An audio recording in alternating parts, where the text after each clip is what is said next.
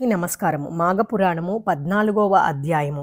ఓ దిలీపుడా, మాఘమాసంలో స్నానము చేయుట వల్ల కలుగు ఫలమును పార్వతికి ఈశ్వరుడు చెప్పింది వింటివి కదా. అదే విధంగా ఒక బ్రాహ్మణ కన్య తన భర్తతో ఏ విధంగా విష్ణు సాయుధ్యమును పొందినదో వివరించగలను. సావధానుడివై వినుము అన్నాడు. పూర్వకాలమునందు కాశ్మీర దేశంలోని ఒక గ్రామంలో సుబుద్ధి అనే ఒక బ్రాహ్మణుడు కలడు. అతడు 4 వేదములు చదివి అర్ధ తాత్పర్యములు సహితంగా వర్ణించగల గొప్ప పండితుడు. చదువునందు ఎట్లు పాండిత్యం కలదో బుద్ధి అందును కూడా పేరుకు తగినట్లు పెద్దలను గౌరవించుట, భూతదయ కలిగి అందరి మన్ననలను పొందుచుండెను. అతడు గొప్ప పండితుడగడు వల్ల అనేక మంది ఇతర పండితులు అతని వద్ద చేరి శిష్యులయ్యారు. ఆ బ్రాహ్మణునకు 10 సంవత్సరాలు బాలికామణి కలదు. ఆమె పేరు సుశీల. ఆ బాలిక ఎంతో రూపవతి, గుణవతి, సుగుణాల రాశి, అందాల భరిణ. లేడి కన్నుల వలె చక్కని కన్నులు కలది, నిండు చంద్రుని వంటి ముఖము కలది, 9 రెక్కలను పోలు నల్లని పొడుగాటి తల వెంట్రుకలు కలది. ఆమె నడిచిన ఎడల హంస నడకను మరిపించు నడక కలది, కోకిల కంఠము కలది. ఆ సుందరాంగిని చూసిన వారికి మరల మరల చూడాలనే కోరిక పుట్టును. అటువంటి సర్వలక్షణము గల తన కుమార్తెను ఎవరికిచ్చి పెండ్లి చేయవలనని తండ్రి సుబుద్ధి ఆలోచించుచుండెను. ఒకనాడు సుమిత్రుడను శిష్యుడొకడు గురువుగారి ఇంట్లో జరుగు దైవ కార్యమునకు పూజా ద్రవ్యములను తెచ్చుటకై అడవికి బయలుదేరి వెళ్ళుచుండగా దారిలోనున్న ఉద్యానవనంలో సుశీల తన స్నేహితురాండ్లతో బంతి ఆట ఆడుకొనుచున్నది. ఆ బంతి బయటకు పడినందున బంతి తెచ్చుకొనుటకు తోట వెలుపులకు సుశీల వచ్చి సుమిత్రుడిని చూసింది. సుమిత్రుడు కూడా యుక్త వయసులో ఉన్నాడు. చక్కటి అవయవ సౌష్ఠము కలవాడు, విశాలమైన వక్షము కలిగి బంగారు కాంతిగల రూపవంతుడు. అతని అందమును సుశీల చూడగానే నివ్వెరపోయింది. అతనిని తదేక దృష్టితో చూసి అతనిని వెంబడించింది. సుమిత్రుడు తన కార్యము కొలది చాలా దూరము వెళ్ళెను. అలా కొంత దూరం వెళ్ళేసరికి ఒక కోనేరు కనిపించింది. ఆ కోనేరు నిండా తామర పువ్వులు విరబూసి ఉన్నాయి. తుమ్మెదలు గుంపులుగా ఎగిరి తామర పువ్వులలోని మధువును గురోలుచు మత్తెక్కి ఎగురుచున్నాయి. అచ్చట ఉన్న వివిధ ఫలాల వృక్షాలు పువ్వులతోనూ పండ్లతోనూ నిండి ఉన్నాయి. కోయిలలు తమ మధుర కంఠాలను విప్పి కూయిచున్నవి. మగనెమ్మళ్ళు ఆడనెమ్మళ్లను తమ అందాన్ని చూపించుటక అన్నట్లు తమ తమ పింఛములను విప్పి నాట్యమాడుచున్నవి. నీటి జంతువులు తామర తూండ్లను తింటూ ఒక్కొక్కప్పుడు పైకి ఎగిరిపడుతూ నీటిలో ఈదుచున్నవి. సుమిత్రుడు దూరం నుంచి అలసిపోయి వచ్చినందువలన ఆ చల్లటి నీరు తాగి చెట్లు నీడను విశ్రమించాడు. వెనుక నుంచి వచ్చిన సుశీల అచ్చటి ప్రకృతి రమణీయతను చూసి మల్లె, జాజి, సంపెంగ పువ్వులు వాసనకు మన్మథ చేష్టలతో మత్తెక్కినదై చెట్టు కింద విశ్రమించి ఉన్న సుమిత్రుని సమీపమునకు వచ్చి నిలిచినది. సుమిత్రుని సౌందర్యమును కనులారా చూసి చెలించిపోయి సుమిత్రుని పలకరించింది.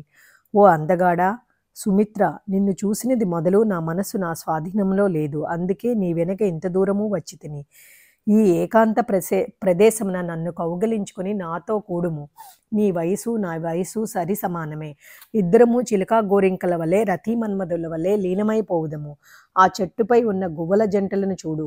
మధువును త్రాగి మత్తెక్కిన ఆ తుమ్మెదల జంటలను చూడు ఎలాగున్నవో. కావున రమ్ము, నా యవ్వన బింబాన్ని ఆఘ్రాణించు. ఇంత మంచి సమయమున జార విడువకము. నా సుకుమార లేత శరీరాన్ని సున్నితములగు అవయములను నీకు అర్పింతును. నీవు మన్మధుని వలె వచ్చి నన్ను కౌగలించుకో అని అనేక విధముల అతడిని తొందర పెట్టసాగింది.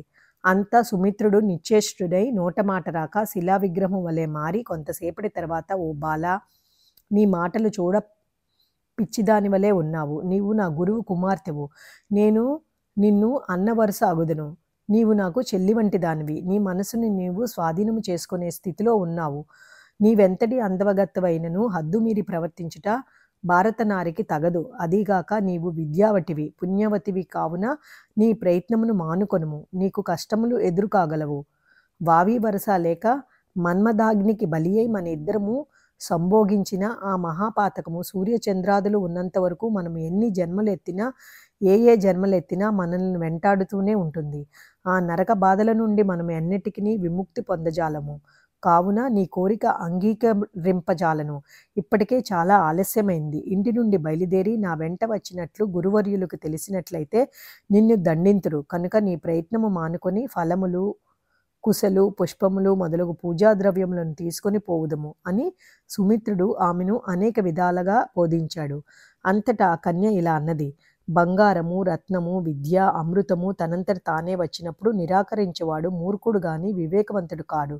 నా నిండు యవ్వనాన్ని, నా శరీరాన్ని సమస్తమును నీకు అర్పించదను అనినా నిరాకరించుచున్నావు కదా. సరే, నేనిక ఒంటరిగా నా గృహమునకు వెళ్ళలేను. నేను ఇచ్చటే ప్రాణత్యాగము చేసుకొందును. నీ వలన ఒక కన్య చనిపోయిందని నలుగురు నిన్ను ఆడిపోసుకుందురు. నన్ను ఒంటరిగా ఈ కారడవిలో వదిలి ఇల్లు చేరిన ఎడల నా తండ్రి నిన్ను విడిచినా నా కుమార్తె ఏది అని నిన్ను దండించడా, ఈ పాటికి నా చెలికత్తెలు నీతో అడవికి పోయానని చెప్పియే ఉందురు. కావున నేను కామబాధ భరించలేకున్నాను. నాతో సంభోగింపుము, నన్ను నీ దానను చేసుకొనుము అని మరలా అన్నది. సుమిత్రుడు ఆమె దీనాలాపము ఆలకించి ఆలోచనలో పడ్డాడు. కొంతసేపు ఆలోచించి ఆ బ్రాహ్మణ కన్యతో రతిక్రీడ జరుపుటకై నిశ్చయించుకొని వారిరువురును ఆ తటాక సమీపమునందు ఒక ప్రదేశమును శుభ్రము చేసి అందు మెత్తని పత్రములు నానావిధ సువాసనలు వెదజల్లు పుష్పములు పరిచి ప్రకృతి సౌందర్యములను చూసి మురిసిపోయి కామతృష్ట తీర్చుకొని మరికొంతసేపు బంతిలాడి గెంతులు వేస్తూ కేకలు వేస్తూ పరుగులు పెట్టుచూ ఆడుకొన్నారు. వారి కామ వికారమును చూసి పక్షులు సిగ్గుపడి అచ్చటి నుండి ఎగిరిపోయాయి. సాధు జంతువులు మొగములు ముడుచుకొని అచ్చటి నుండి కదిలిపోయాయి. కొలంలోని కలువలు మెడవంచినట్లు నీళ్లలో వంగిపోయాయి. సూర్యుడు మబ్బుచాటున దాగాడు. మాటిమాటికి వారి అన్యోన్య చుంబకములు చూడలేక మధువు గ్రోలి మత్తెక్కి ఉన్న తుమ్మెదలు కూడా సిగ్గుపడ్డాయి. ఈ విధంగా వారు ఉల్లాసంగా కొంతసేపు ఉండి అనేక రకాల పుష్పాలు నానావిధ ఫలములు తీసుకుని ఇల్లు చేరారు. సుమిత్రుడు గురువునకు నమస్కరించి తెచ్చిన పూజా ద్రవ్యములు సమర్పించాడు. అడవికి పోయి కష్టపడి తెచ్చిన వస్తువులను సంతోషంతో గురువు స్వీకరించి కుమార్తెను చూసి, సుశీల, నీవు ఉద్యానవనంలోని చెలులతో బంతులాడి అలసిపోయినట్లున్నావు పాపము. ఎండకు నీ సుకుమార ముఖార విందము ఆ విధంగా వాడిపోయినది అనుకుంటా. రమ్ము, ఈ మధుర పదార్థములను భుజించి కొంతసేపు విశ్రమింపుము. ఆటలాడుకునుట వలన నీవు ధరించిన వస్త్రములు కూడా నలిగి ఉన్నవి అని కుమార్తెను బుజ్జగించి తినుబండారాలు అందించాడు. ఆమె లోలోన బెదురుతూ పైకి ఏమీయూ ఎరగని దానివల్లే మిన్నకున్నది. మరి కొంతకాలంనకు సుశీలను హిమాలయ ప్రాంతవాసియగు బ్రాహ్మణుడొకడు పెండ్లియాడి అత్తవారింటినే ఉండిపోయాడు. సుశీలను పెండ్లి ఆడిన బ్రాహ్మణుడు కొంతకాలమునకు మరణించెను. భర్త శవముపై పడి సుశీల ఏడ్చుచున్నది. నవ్వ యవనవతి సౌందర్యవతి అగు తన కుమార్తెకు అకాల వైద్యవ్యము కలిగెను కదా అని తండ్రి ఎంతో బాధపడుచుండెను. ఓయి భగవంతుడా, చిన్న వయసునందే ఇంకనూ సంసార సుఖమున్నది అనుభవించకుండానే ఈమెను విధవరాలు చేసితివా తండ్రి, దీని కాలమెట్లు తీరును? ప్రజలు విధవను చూసిన ఎడల అమంగళమని భావిస్తారు. ఏ శుభకార్యములందునూ పాల్గొననివ్వరు కదా. దీనికి ఈ కర్మ నేల కలిగించితివి అని అనేక విధములుగా దుఃఖించాడు. అంతలో అచ్చటికి ఒక సిద్ధ పురుషుడు భిక్షాటనకై వచ్చి ఆ సమీపమునందే ఒక మూల ఏడుపులు వినబడుచున్న వల్ల శవమున్న చోటకు వెళ్ళి సుబుద్ధితో, ఆర్య, మీరు దుఃఖించుటకు కారణం ఏంటి అని అడిగాడు. అంతట సుబుద్ధి సిద్ధ పురుషునితో, స్వామి, మా దుఃఖము గురించి ఏమని చెప్పుకుందుము? మీ తేజస్సు చూచుట వలన కొంత ఉపశమనము కలిగినది. ఈ బాలిక నా కుమార్తె. ఆ చనిపోయిన వాడు ఆమె భర్త. వివాహమైన కొలది దినములకే ఇతడు చనిపోయాడు. మాకు ఈమె తప్ప మరెవ్వరూ లేరు. చిన్నతనంలోనే ఈమెకు కలిగిన వైధవ్యమును చూడలేక మా హృదయములు బ్రద్దలగుచున్నవి. ఇదియే మా దుఃఖానికి కారణము. ఈమెకి ఈ దుస్థితి ఎందుకు కలిగినో, ఈమె పూర్వజన్మము ఎటువంటిదో మీకు తెలిసి ఉన్నచో చెప్పవలసింది అని వేడుకొన్నాడు. సిద్ధుడు కొంతసేపు తన దివ్య దృష్టిచే అంతా గ్రహించి, విప్రవర్య, నీ కుమార్తె వెనుకటి జన్మలో క్షత్రియ యువతిగా జన్మించింది. ఈమె కామతురత గలదగుడిచే కొంతమంది పరపురుష సంపర్కము కూడా కలిగి ఉండి తన భర్త నిద్రలోనుండగా అర్ధరాత్రి నిశా సమయమున కత్తితో పొడిచినందున అతడు విలవిలా తన్నుకొని ప్రాణములు విడిచెను. ఆ రక్తపాతము భయానక దృశ్యము చూసి ఆమె భయపడి తాను కూడా ఆ కత్తితో పొడుచుకొని చనిపోయింది. అటువంటి ఘోర హత్య చేసి ఈ జన్మలో నీ కుమార్తెగా పుట్టింది. ఆమె చేసి ఉన్న దోషము వల్లనే నీ అల్లుడు చనిపోయాడు. ఆమెకు చుట్టుకున్న పాతకముల వల్లే ఈమె విధవరాలైంది. అంతటి పాపాత్మురాలు అయినప్పటికీ పుణ్యాత్ములకు మీకు ఎలా జన్మించిందో ఆ వృత్తాంతము కూడా వివరిస్తాను వినుము. చాలా సంవత్సరాల క్రితట, అనగా నీ కుమార్తె యొక్క 14 జన్మల వెనుక మాఘమాసంలో సూర్యభగవానుడు మకర రాశి ఉండుండగా కొంతమంది బ్రాహ్మణ స్త్రీలతో కలిసి యమునా నదీ తీరమునకు పోయి స్నానం చేసి ఇసుకతో గౌరీదేవి ప్రతిమను చేసి భక్తి శ్రద్ధలతో పూజ చేసి ఉన్నది. ఆ బ్రాహ్మణ స్త్రీలు చేసే గౌరీదేవి పూజలో నీ కుమార్తెగా పుట్టిన ఈమె కూడా పాల్గొనట వల్ల ఆ వచ్చిన పుణ్య ఫలం చేతనే నీ వంశంలో నీకు కుమార్తెగా పుట్టింది. అయిననేమి, నీ శిష్యునితో రహస్యంగా అడవికి పోయి తన కామవాంఛ కొరకు అతనితో రమించింది. అందువలనే ఈ వైధవ్యము కలిగింది. పూర్వజన్మ వల్ల పవిత్రమైన నీ ఇంట పుట్టినను ఘోర పాపము చేసినందువలన తన మగనిని పోగొట్టుకుని విధవరాలైంది. కనుక పూర్వజన్మలో చేసిన పాపకర్మ ఈ జన్మలో పాపకర్మ వలనే నీ కుమార్తెకు అకాల వైధవ్యము కలిగింది. ఇప్పుడు దుఃఖించిన లాభం ఏముంది? కానున్నది కాకమానదు. మనుష్యుడు తాను చేసిన పాపపుణ్యముల ఫలితము ఎప్పటికైనాను అనుభవించవలసిందే కదా. దేవతలకైనా కష్టాలు తప్పవు అని పలికిన సిద్ధుని మాటలకు సుబుద్ధి, హరిహరి, నేనెంతటి పాపపు మాటలు వినవలసి వచ్చింది. పూర్వజన్మలో నా కుమార్తె తన భర్తను హత్య చేసి తాను ఆత్మహత్య చేసుకున్నది.